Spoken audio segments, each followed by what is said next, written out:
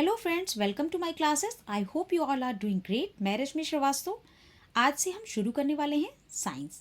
ठीक है, उसमें भी हम बायोलॉजी पर बात करेंगे सबसे पहले। उससे भी पहले अगर आपने मेरा बायोलॉजी का इंपॉर्टेंट टॉपिक्स वाला वीडियो नहीं देखा है तो उसे ज़रूर देखिएगा। वहाँ पे मैंने कुछ इंपॉर्टेंट टॉपिक्स को शेयर किया है आपके साथ। आप इन टॉपिक्स को पहले देखिए, उससे एक बेसिक स्ट्रक्चर तैयार करिए। ठीक है, और हम उन सभी टॉपिक पर एक एक करके बात करेंगे। ठीक है। और फ्रेंड्स, अगर आपने मेरा मॉडर्न हिस्ट्री का इंपॉर्टेंट टॉपिक वाला वीडियो नहीं देखा है तो उसे भी ज़रूर देखिएगा। वहाँ पे भी हमने सारे इंपॉर्टेंट टॉपिक्स को लिया है और उन पर एक एक करके बात की है। ठीक है, तो स्टार्ट करते हैं हमारा आज का टॉपिक, जो कि है बायोलॉजी से डिसीज़। ठीक है, हम एक एक करके सभी टॉपिक पर बात करेंगे, उन पर डिटेल में बात करेंगे। ऐसा नहीं है, हम किसी भी टॉपिक को लर्न करने के लिए शॉर्ट ट्रिक का सहारा ज़रूर ले सकते हैं, बट उसे डिटेल में जानना बहुत ज़रूरी है। ठीक है, बिना डिटेल समझे हम किसी भी टॉपिक को अच्छे से इजी वे में कवर नहीं कर पाएंगे। शॉर्ट ट्रिक से आपको उस टॉपिक का एक बेसिक अपने माइंड में क्लियर हो जाता है, मतलब आप उस टॉपिक को लेकर श्योर हो जाते हो। ठीक है, तो स्टार्ट करते हैं विषाणु जनित रोग से। ठीक है, वायरस से होने वाले रोगों से। विषाणु जनित रोग को स्टार्ट करने से पहले हम समझ लेते हैं विषाणु होता क्या है ना। विषाणु है क्या? पहली बात तो विषाणु एक अकोशिकीय है। ठीक है, अति सूक्ष्म जीव है विषाणु।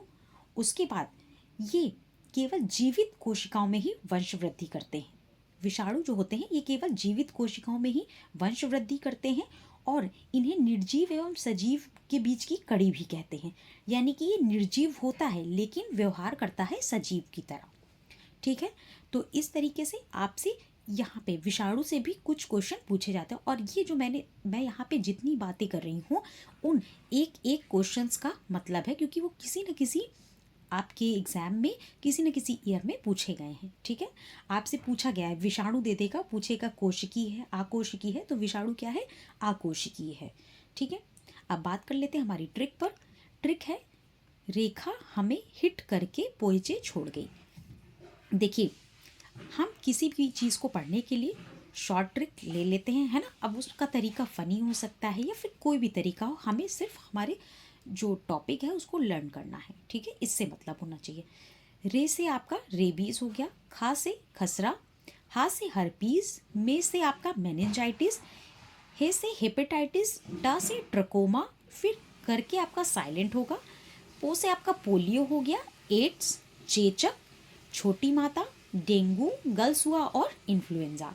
ठीक है, इस तरीके से विषाणु से होने वाले जो भी रोग हैं वो सारे आपने एक ही ट्रिक में याद कर लिए।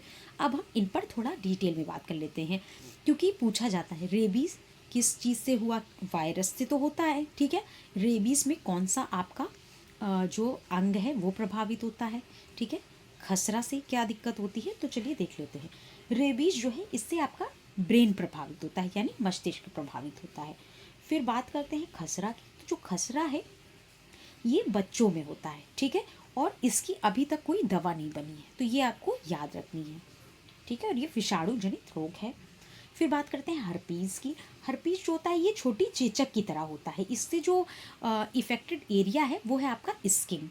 ठीक है, ये स्किन डिजीज़ है हर्पीज़। फिर बात करते हैं मेनिंजाइटिस की। मेनिंजाइटिस भी एक ब्रेन की बीमारी है।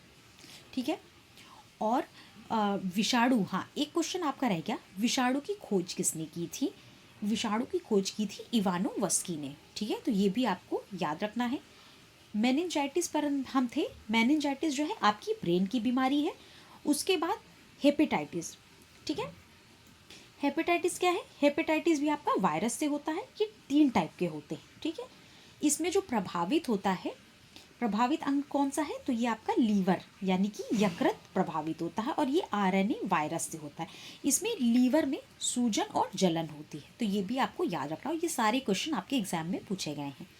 फिर है आपका ट्रकोमा। ट्रकोमा आपकी आई डिजीज़ है। इससे आपकी आँखों पर जो है वो आँखों में स्वेलिंग ऐसी दिक्कतें होती हैं। ठीक है, तो ट्रकोमा विषाणु जनित बीमारी और आई से रिलेटेड है। फिर आपकी है पोलियो। पोलियो क्या है? पोलियो जो होती है वो आपकी विषाणु जनित बीमारी है, और दूसरी चीज़ ये इंट्रो वायरस से होती है। ठीक है, फिर बात करते हैं एड्स की। एड्स जो है आपका HIV वायरस से होता है, ठीक है।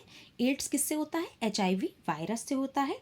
और इसके लिए एक टेस्ट होता है जिसे एलिसा टेस्ट कहते हैं, ठीक है ना। क्या कहते हैं? एलिसा टेस्ट कहते हैं। जो जो चीज़ मैं आपको बता रही हूँ, आप हर एक चीज़ नोट डाउन करते रहिए, क्योंकि ये हर एक चीज़ आपके एग्जाम में पूछी गई है। तो एड्स के लिए जो जिस वायरस से होता है वो है HIV, और इसके लिए जो टेस्ट होता है वो है एलिसा टेस्ट, ठीक है। इसमें इस बात की जांच होती है कि शरीर में एड्स को मारने वाला जो एंजाइम है वो बन रहा है कि नहीं।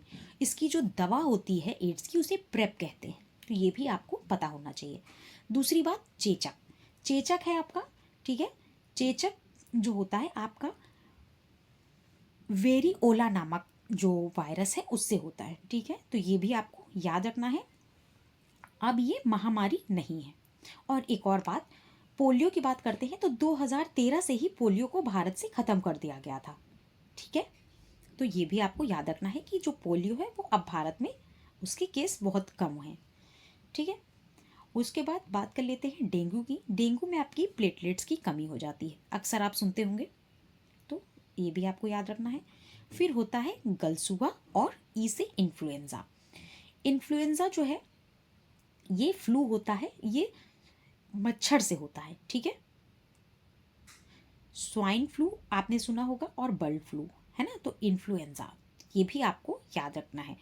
स्वाइन फ्लू जो होता है वो मच्छर से होता है, और जो बर्ड फ्लू होता है वो मुर्गी से होता है।